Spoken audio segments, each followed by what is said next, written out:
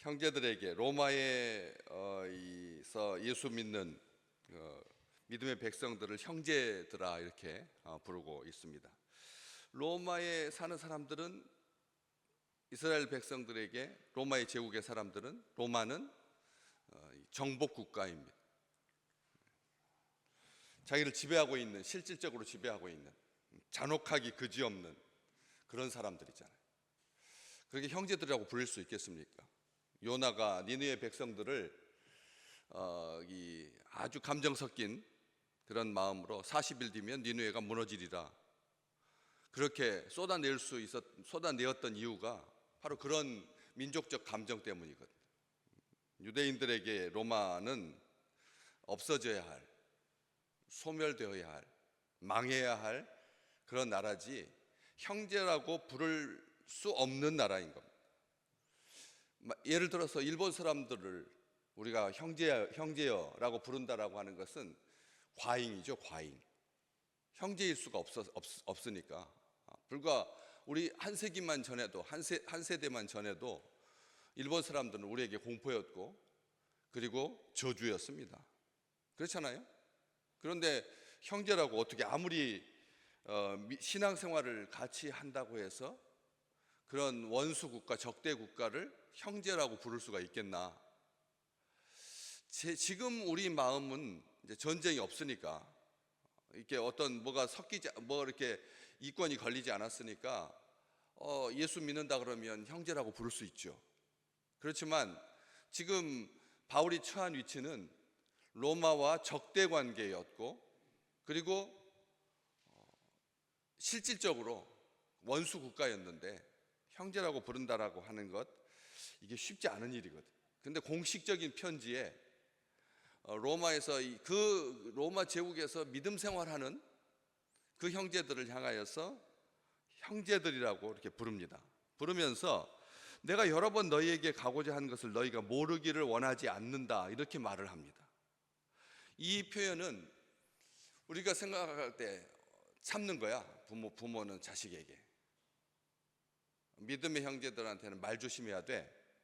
그렇게 다는 알고 있지요. 그렇죠? 그렇게 하면서 아픈 시간들을 지나고 나면 저절로 해결이 되겠지, 해소가 되겠지 라고 하는 것이 대부분의 감정입니다. 그렇지 않습니까? 정말 꼭 해주고 싶은 말인데도 서운할까봐 못하거든요. 못합니다. 자녀도 마찬가지고요. 부모도 마찬가지고요.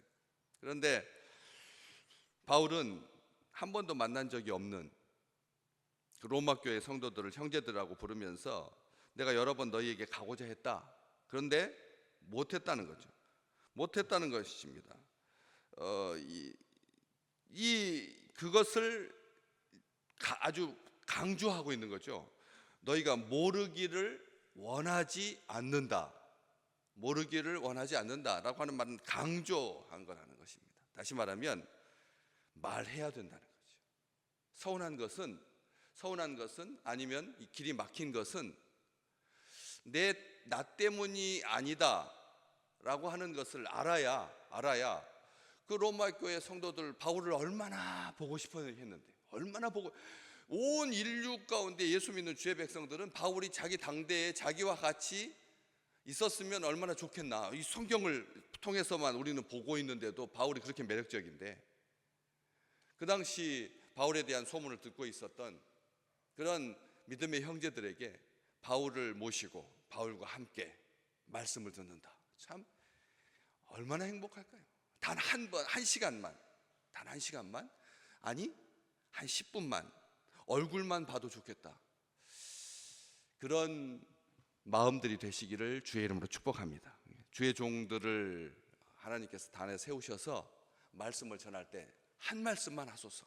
우리 장로님 어저께 기도할 때 우리가 말씀을 듣기 위해서 모였나이다. 고넬료의 그 마음을 우리로 하여금 다시 한번 생각나게 했잖아요. 그런 것처럼 주의 말씀을 듣기 위해서 우리가 다 모였나이다. 억지로 막 끌려와 있고 막 강제로 막 듣게 하려고 저렇게 삐뚤어 나간 녀석 하면서 그런 게 아니라 이 주의 종에 대한 그런 마음, 안 온다. 한두 번 오기로 했다가 여러 번, 여기 그렇게 돼 있고 여러 번 그렇게 돼 있거든요. 여러 번 너에게 가고자 했지만 막혔다. 길이 막혀서 못 간다. 그렇다면 한두 번이지 하면서 우리에게 좀 뭐 서운한 감정이 있나? 왜 우리가 지금 어려움에 처해 있는데, 지금 박해가 시작되어 가지고 국지적으로 계속 지금 예수 믿는 사람들에 대한 동족의 박해, 유대인들의 테러들, 아주 공공연하게 다메섹에 도망가 있는 유대인 예수의 백성들, 유대교 출신 예수의 사람들 죽이려고 바울이 그렇게 아주 공적으로 공문을 받아가지고 이런 것들을 다 알고 있기 때문에 이런 속에서 신앙생활 한다라고 하는 것이 쉽지 않은데 바울이 왜 안 올까? 그렇잖아요. 다 자기 나름대로 생각을 할 거 아닙니까? 그런데 딱 분명하게 말합니다. 나는 여러 번 너희에게 가고자 했다. 이 로마서는 고린도에 있을 때 쓴 편지입니다. 바울이 세 번째 복음 전하기 위해서 막 열심히 유럽에 가가지고 복음 전할 때 고린도에서 쓴 편지가 로마서거든요. 이 고린도에서 로마로 편지를 쓰면서 로마까지 바다 하나만 건너면 되는 거거든요. 고린도에서 로마까지 가려면 바다 하나만 건너면 돼요. 우리 생각에 뭐 그 바다 하나 건너오면은 뭐 금방 건너올 텐데 무슨 핑계인가 바울이 뭐 아무리 합리적인 이유라고 하더라도 바다 하나 건너면 되는데 우리 이렇게 쉽게 생각하는데 고린도에서 로마까지는 1156km입니다. 1156km. 지금 비행기 타고 8시간 47분 걸립니다. 비행기 타고 8시간이 아니라 18시간 47분. 고린도에서 로마까지 가려면 18시간 47분 걸리는 거리입니다. 걸어서는 3개월 걸립니다. 3개월. 그러니까 바다를 끼고 건너서 간다는 것은 그냥 바다로 그냥 다이렉트로 이렇게 직항해서 한국에서 항구로 가는 게 아니라는 거죠. 육지로도 올라가야 되고 또 갈아타야 되고 얼마나 불편하겠어요. 2000년 전에 교통 상황이 지금처럼 쓱 뭐 해가지고 가는 게 아니잖아요. 그러니까 바다 건너이지만 못 가는 그 바울의 마음을 한번 헤아리라는 거죠. 로마서를 쓰면서 고린도에서 이렇게 그 로마서는 누구를 통해서 로마 교회에 전달되었냐면 갱그레아 교회의 여자 집사였던 베베를 통해서 로마 교회에 전달되거든요. 갱그레아 교회의 지도자였던 베베라고 하는 분을 통해서 로마 교회에 전달됩니다. 베베는 바울의 경제적인 후원자였습니다. 로마서 16장의 뒤로 쭉 가보시면 문안하라 자기와 관련된 모든 믿음의 사람들에게 문안하고 위로하고 격려해라. 그렇게 나오면서 거기에 나오는 인물 중에 첫 번째 사람이 베베입니다. 첫 사람이. 그러니까 얼마나 신경을 쓰는지 알겠죠. 얼마나 사랑스럽고 얼마나 사랑하고 얼마나 자기를 후원해주고 자기를 지지해주고 심지어는 16장에 보면 나의 보호자라고 하니까 베베가 나의 보호자, 나의 후원자, 법적 대리인이라는 뜻입니다. 그만큼 분신처럼 여기는 그런 베베를 통해서 로마 교회에 편지를 전했습니다. 어때요? 바울이 로마 교회를 어떻게 생각했는지. 신실한 자기의 분신인 베베를 통해서 편지를 전달하는, 고린도에서 있을 때부터 로마의 성도들을 보고 싶었던, 구구절절 다 거기 나오잖아요. 로마서 1장 1절부터 쫙 읽어보시면 로마 교회를 향한 바울의 마음이 어땠는지 잘 나와 있잖아요. 제일 첫 번째 신학성경에서 바울의 첫 편지가 로마서지 않습니까? 첫 편지가 빌립보서가 아닙니다. 첫 편지, 복음 제일 먼저 전했던 빌립보서한테가 편지가 제일 먼저 앞에 나와야 되잖아요. 데살로니가 전후서가 제일 먼저 썼습니다. 데살로니가 전후서가 1번으로 나와야 되잖아요. 그런데 왜 사도행전 다음에 로마서냐? 다 그런 이유가 있었다는 거죠. 로마서 15장 23절에 보면 여러 해 전부터 언제든지 너희에게 가고 싶었다. 여러 해 전부터 바울의 마음은 그 로마를 향하고 있었습니다. 처음부터 바울의 마음은 로마에 있었다는 거예요. 여러 해 전부터 언제든지 너에게 가고자 했다 하는 그 마음들이 로마서 끝까지 계속 나오는 거예요. 16장까지도 나오는 거예요. 베베를 통해서도 로마 교회를 향한 바울의 마음을 우리가 읽을 수 있다라고 하는 것이죠. 그런데 왜 그렇게 가고 싶어 했을까? 너희가 모르기를 원하지 않는다.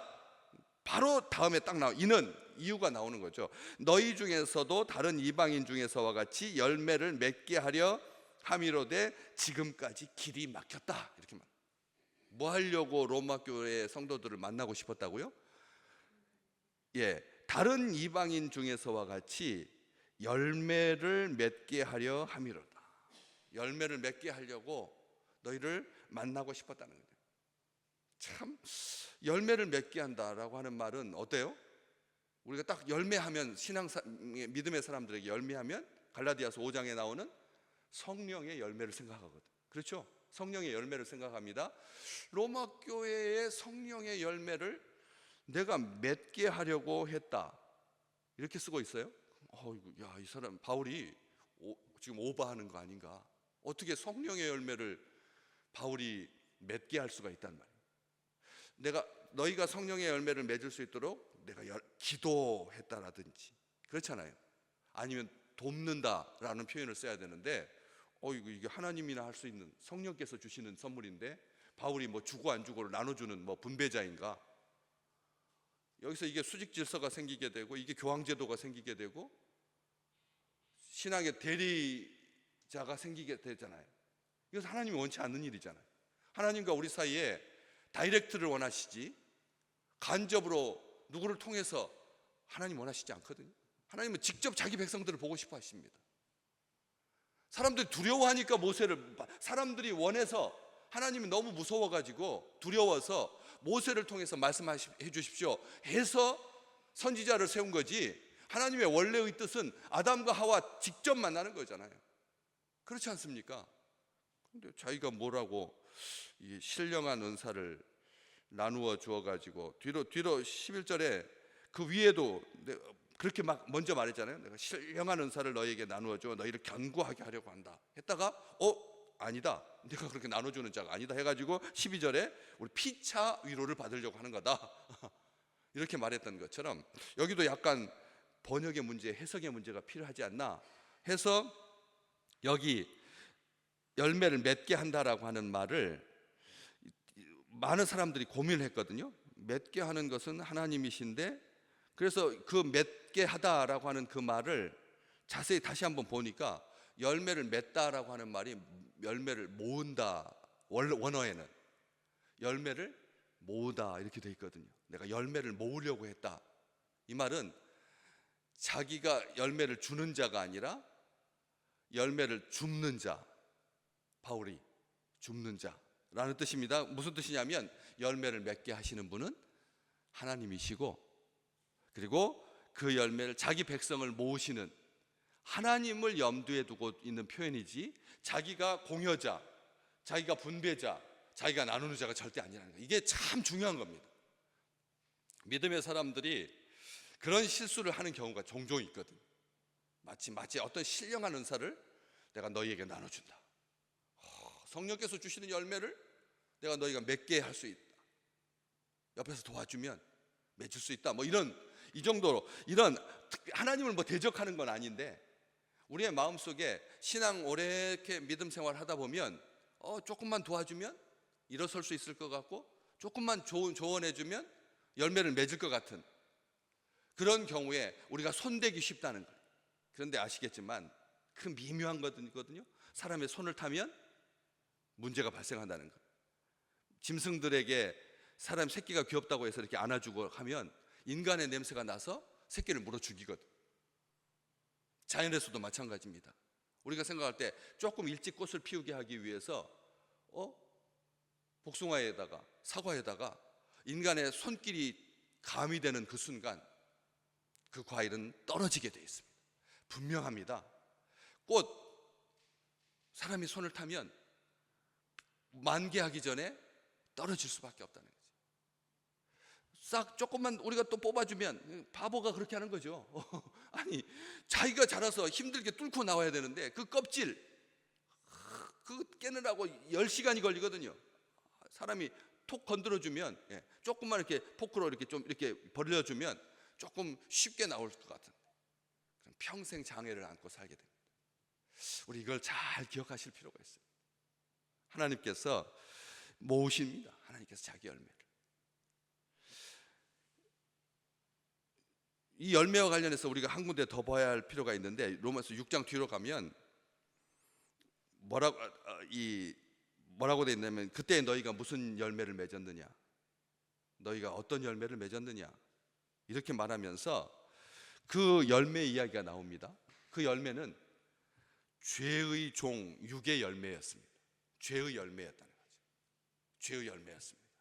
그런데 하나님께서 이제는 너희로 죄로부터 해방되어서 하나님께 종이 되어서 거룩함에 이르는 열매를 맺었으니, 이렇게 쓰고 있습니다. 보세요. 사람이 옆에서 도와주면 죄의 열매를 맺을 수밖에 없다는 거예요. 가만히 둬도 죄의 열매지만 옆에서 도와준다 그래서 거룩함에 이르는 열매를 맺을 수가 없습니다. 누가? 하나님께서 자기의 때에 거룩한 열매를 맺게 하신다는 것입니다. 우리는 이걸 고백합니다. 그 거룩함에 이르는 열매를 맺었으니 그 마지막은 영생이라. 데살로니가 교회에 편지를 쓰면서 바울이 이렇게, 너희 중에서도 다른 이방인 중에서와 같이 열매를 맺게 하려 합니다 라고 하는 그 말의 진정한 뜻이 뭐냐면, 하나님께서 자기 백성을 모으신다, 이런 표현이지, 자기가 무슨 성령을 대신하여서 열매를, 어떤 신령한 열매를 나눠주는 게, 몇 개 하는 게 아니다라고 하는 거지. 그 길이 막힌 겁니다. 그 길은 좋은 길이고 선한 길 아닙니까? 자기 스스로도 표현하듯이, 내가 그 좋은 길, 선한 길, 여기 10절에 기록되어 있는 것처럼 하나님의 뜻 안에서 너희로 나아갈 좋은 길 얻기를 원했다, 그 기도도 보여주듯이 바울이 원했던 것은 사악한 길이 아닙니다.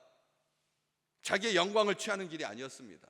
선한 길이고 좋은 길이고 아름다운 길이고 하나님께서 원하시는 길이었는데도 막힐 수가 있다는 것이죠. 우리가 하나님 앞에 이번 한 주간 이제 또 7월로 넘어가는 이 길목에서 우리로 하여금 하나님께서 선한 길로 인도해 주실 줄을 믿습니다. 그런데 그 길이 가끔씩은 어떻다고요? 선한 마음을 가지고 여러 번 가고자 했지만 막히는 경우도 발생한다라고, 막히는 경우도 있다는 것입니다. 열리지 않았을 뿐입니다. 반드시 하나님께서 열게 해 주실 것입니다. 하나님께서 열어주신다는 거죠. 하나님의 때를 기다리며 계속해서 허락하실 때까지 쉬지 아니하고 말하시기를 주의 이름으로 축복합니다.